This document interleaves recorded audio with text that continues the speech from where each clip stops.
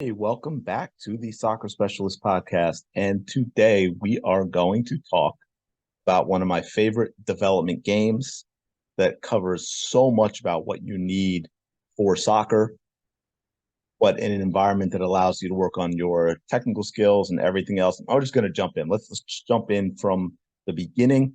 You need a wall, a ball, and some friends. So yeah, this isn't one you can just jump in the backyard and do yourself. So I know for some people it may not be that convenient, but and on top of that, I am talking about a wall, not a rebounder or even like a metal bench you see sometimes at the turf field. People toss over so they can knock it against it. You need an actual wall. When I was playing, when I was a teenager, we played where we practiced behind a school. They actually had the gymnasium was the whole backside of it was just brick, right? So it was huge. It was high. It was long. It was the perfect wall for this. I know that's not convenient for everyone, but if you can find a wall like this, it is a fantastic game to play. We called it wall ball. So yes, we were very creative back in the day. But let's go over the rules real briefly. The core rules were we played like this. We played one touch, okay, and the ball can't stop. And that was the core of the rules. Now you can have different variations, but basically it would go like this. Let's say there were four of you. You'd go into in a specific order. A player would go, he'd knock it against the wall. The next player would have to get to the ball before it stopped and then successfully play one touch against the wall. The next player goes and so on. If you mess up, the ball stops before you get to it, or you get to it and your one touch doesn't successfully knock it off against the wall. You get a point or a letter and you played a 10 or 5, or like the game of horse and basketball, you played a horse, you get the letter H and so forth. There are variations, of course. You can play two touch. You could play do it. You can play the word, you get as many touches as you need, but the ball can't hit the ground. And of course, to do that, you have to play, say, above a certain spot on the wall or something like that. You could play teams as well. Teams is another way to do it, believe it or not. If you have, say, six players, you might play, or teams of three, and you would alternate. So team A would their player would go, and a team B player would go, then a team A player would go. Um, I think this is best with probably 1 to 5 players. If you have six, you might want to set it up to two teams of three playing their own games, which adds a whole nother element of chaos to it in a very, very good way. So I think that's really important. Now let's dive in first to a little bit of the physical part of the game. So you get a lot of game time, not necessarily game time, but game elements to this from a physical standpoint. Reaction time, of course, the player in front of you going, you have to quickly react to what they do with the ball and how it goes off the wall, which also leads into change of direction. You have to be able to quickly change direction to be able to play this game successfully, which brings in your agility. So you combine the change of direction and the reaction to what's going on. So it's really going to work on the agility of the game as well. For example, let's say a two players in front of you, right? They hit the ball, then the player in front of you is going. Maybe the ball ends up close to the wall and they're sprinting at it. Now, what's going to happen? They might just tap it against the wall themselves to try and get it to stop before you can get there. Or they may get there in time where they can play it very much to their left or to their right. So it skims along the wall and it goes far in either direction, close to the wall, but left or right. Or they run up and it's close to the wall and they just whack it as hard as they possibly can. So it goes flying up behind them. And you have to be able to react to that, be able to change direction and move so that you can get to the ball next. It's got a lot of game like conditioning in it because you are starting and stopping the change in direction. You're getting maybe a brief rest after a sprint. Although that, believe me, when you only have a few players playing, that doesn't last long. It's just like the game, right? You can't just stand and watch and relax. You should always be moving, but you may have just played the ball, so now you're kind of maybe jogging or quick walking to get in a position to play the next time. So you may go, 5 yard sprint, little bit of rest, 10 yard sprint in the other direction. I mean, there's a lot going on that makes it very similar to a game in terms of the conditioning as well, because it's a bunch of short sprints of different lengths. Okay, so also with the physical aspect of the game, which I kind of just mentioned, is speed. Obviously, there's a speed element to the game. Mainly, the two most important in terms of soccer. Now we talk about change of direction and agility, but the two most important aspects of speed in soccer are acceleration. While it does happen, you don't see a lot of 50, 60, 70-yard straight line sprints, right? It's 5 yards here, 15 yards there, 10 yards here, 30 yards there.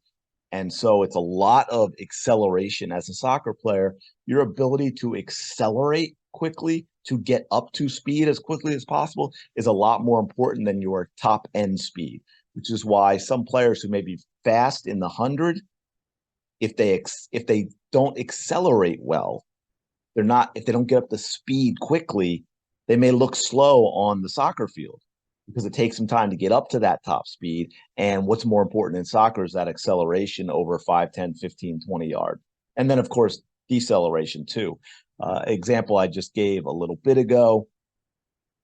Someone hits a ball that just gets to the wall. The next player's, maybe it's a yard from the wall. The next player's running up to it, get to it. Maybe so they're running, maybe 10, 15, 20 yards straight at the wall. But then they have to get to the ball in time, but then they have to quickly decelerate and get themselves under control to make a play on the ball, whatever that play may be. They may tap it again for the person behind them to have to get there. And or they may, like I said, left or right, or maybe they whack it straight at the wall so it goes flying behind them. That's always a possibility too. And then of course there's also the mental aspect of the game, decision making. What are you going to do when you get to the ball? How are you going to handle it? What technique are you going to use? What foot? And maybe it's a bouncing ball and you're going to actually hit it with your thigh, or maybe you're going to hit it with your head. And then it's also, where are you going to hit it? Are you going to hit it as hard as possible, straight and let it go flying behind you? Are you going to play an angle? Are you going to go for a touch shot, so to speak, to just make it kiss off the wall and make the other player have to come running for it? Which brings up the awareness and anticipation of it as well. You need to pay attention to what's going on ahead of you, be aware of what's happening, what the players are doing, check out their positioning, knowing whether they're right-footed or left-footed, what things they like to do, and anticipate what is going to happen so that you are in a good position to make the next play, the same type of thing you need to do in a real game. Okay, so the reading the game aspect becomes something that is part of this game as well. You need to be able to read the game successfully to be able to make plays. It can't be 100% relying on your physicality and your athleticism. By reading the game properly, being aware of what's going on, starting to anticipate what's happening is really going to help you in this as well, just like it's going to help you in a real game. Reading the ball, I think this is really interesting. I've talked in the past about taking balls out of the air, not just players struggling with their touch on doing it, but in reading it. You see so many balls that go over players' heads that just shouldn't, because they have trouble reading it, or it takes a bounce and goes over their head. Or when you see a lot, and I get it, there's not a lot of experience in this, which is why this game's also important. I'll see a ball pop up in the air, maybe off a tackle or a deflection, and I can tell right away when it comes down which way it's going to bounce, because it has an unusual spin on it, and the players on the field, they don't. So they're getting ready to take a ball that they think is going to bounce straight up, but it bounces left, right, or backwards, and they can't play it. So you also get that with this, in paying attention and through experience of playing, how the ball is coming off the wall, even on the ground. What kind of spin does it have on it to make it, maybe it's going to change direction or curve, or it was in the air, it's going to bounce because you're going to volley it, but you have to be aware of, maybe it's got a lot of backspin. So you have to set up and prepare for that with your technique, so that when it bounces and you go to hit your volley, it's not bouncing away from you and you're reaching for it. So that's really, really important as well. So you get a lot of mental aspects of the game as well. And it's also just being mentally tough. I'm telling you, you're going to get very competitive with your friends and teammates playing this game. You're not going to want to lose, but you're going to get tired too. You're definitely going to get tired. And so playing and executing and digging deep while tired, which again is also part of the actual game, right? You might need to sprint 30 yards to get to a ball to stay in the game because the next time you make a mistake, you're out. You don't want to lose. So you learn that aspect too and becoming mentally tough in that way. So that's also very, very important. It's important in the game, and you get it in this development game as well. Uh, let's see what technical, right? So that's obviously a important part of it. So your first touch, because our first touch isn't always setting up a second touch. It's the only touch, whether it's a pass or a shot, or it may even be set up because of deflection, where our first touch is going to be a cross or a clear or a long switch of the field or whatever it is. And of course, like I said, you can play a two-touch variation of this as well. So you can get that first touch to set up your second touch as part of it as well.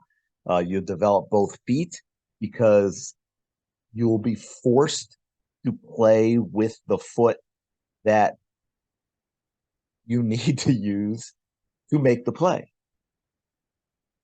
You know, if the ball comes off the wall, if the person in front of me hits the ball off the wall, they play it at an angle so it slides off to the right, and I'm behind them and to the left, and I'm left-footed, I'm making that long diagonal sprint.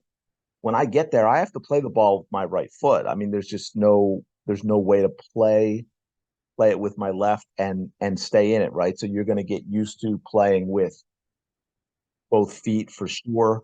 You're going to play with your head, you're going to play with your thigh, with your chest at times, because that's what you need to do in order to stay in the game, right? Someone may pop a ball in the air that comes off the wall and maybe almost comes straight down. And the best play for you to not only make a play, but set up the person behind you is to run forward and play a flick header at the when the ball is at the peak of its bounce, off to the side and get someone chasing that because maybe they're thinking, anticipating that you're going to get up there and you're just going to crush a volley to try and make them chase it straight backwards.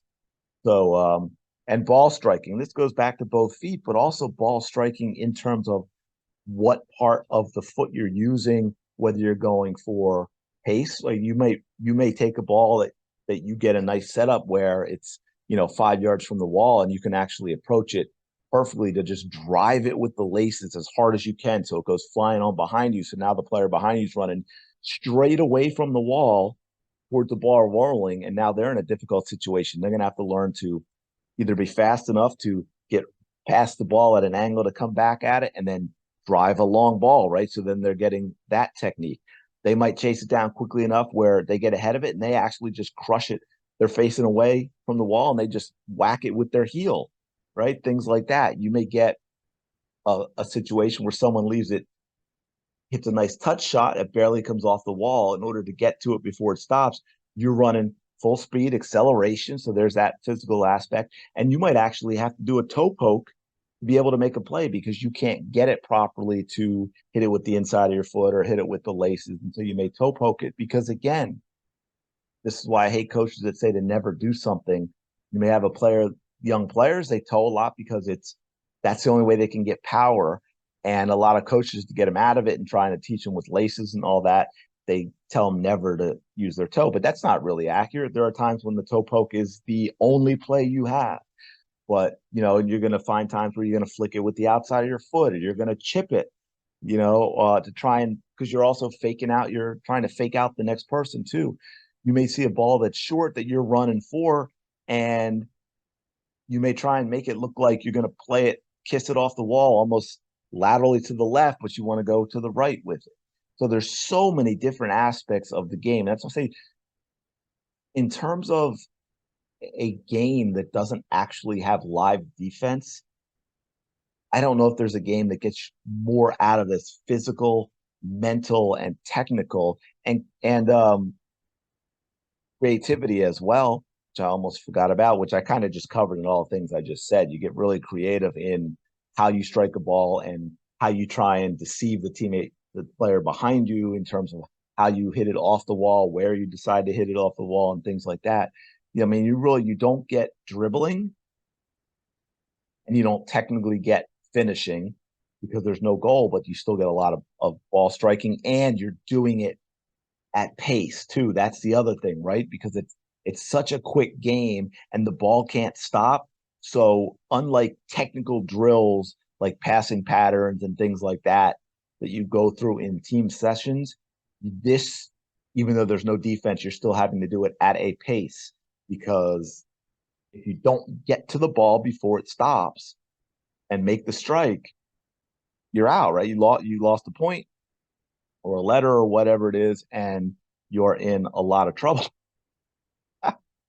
So it covers pretty much everything except dribbling in terms of a game I guess we would classify as technical because there's no live defense. It's a fantastic game. And here's the other thing too. You will play it for hours, which again goes back to not just the game like conditioning in terms of the starting and stopping and the different lengths of the sprints and all that, but just by the amount of time you play, the number of touches you get, because you get out with a few friends who love to play, and you get to a good enough wall and you play this game, you'll play for an hour, 2, 3 hours without even realizing that you're playing that long because it's just a lot of fun. So if you do and really you only need two of you, you'll be exhausted and you won't be playing nearly as long. But in order to play, you do only need two people. Or talk about chaos, but give it a try with two. But two, three, four, five people, if you have somewhere that's got a wall nearby that is a decent size, I urge you to give this game a try. I think you're absolutely going to love um, everything about it. I think it's going to be a lot of fun. So definitely go give this one a try. I really think you'll enjoy it. Thanks so much for listening. I really do appreciate it. If you get a chance to share this with others, to like and subscribe, to review it, to do that with YouTube as well, whatever it is, it really, really does help a lot. It's something that you can do that is completely free that really, really helps me out a lot. I do appreciate it. Hope everyone has been having a fantastic day. Thanks again for tuning in and listening, and I will talk to you later.